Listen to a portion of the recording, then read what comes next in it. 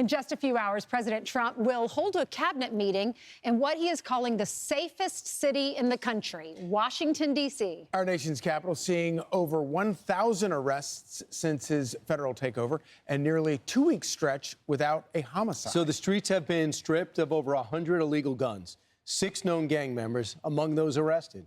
Chicago is now top of mind as Trump considers sending in National Guard troops to other cities to crack down on this crime, on all the crime nationwide.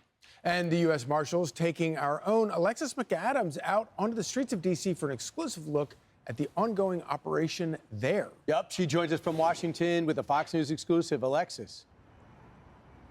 Good morning. Yeah, we had the chance to go all around Washington, D.C. We're still wearing the same outfits we were when we started this ride along, you guys, because they went pretty much all night and all throughout the morning trying to get as many people as they could off the streets here of Washington, D.C. We had a one-on-one with the director of the U.S. Marshals Service, who tells me his job here in the capital city is far from over. Is it surprising to you that all this crime is happening just steps away from our nation's capital? Yeah, it was very surprising. And that's the reason why President Trump has declared this public safety emergency. Mm-hmm.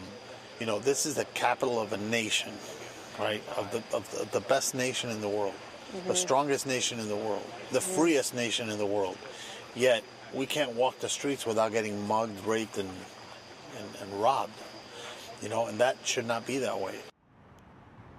So according to the feds, nearly 100 people were arrested just last night. They had teams out all over the place from federal, state, and local partners. Our cameras were rolling as we spent hours out there in different parts of the city. We were in high crime areas right outside, pretty much just a mile or so from the White House. It was interesting to see. You didn't have to go far to go to those neighborhoods. They served warrants for suspects wanted for a long list of violent crimes like what? Robbery, carjacking, and assault. So one guy, we were there when he was arrested, wanted in connection with an armed carjacking out in Maryland near Baltimore. He told investigators, "Why are you taking me in if they're just going to hold me for 3 days and release me?"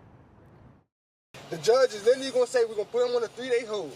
Then once the 3-day hold is up, and Ronnie never shows up. I done been over DC jail 6 times for the same warrant. They never show up. DC jail has to release me. They release me. It's the same thing every time. The same thing every time.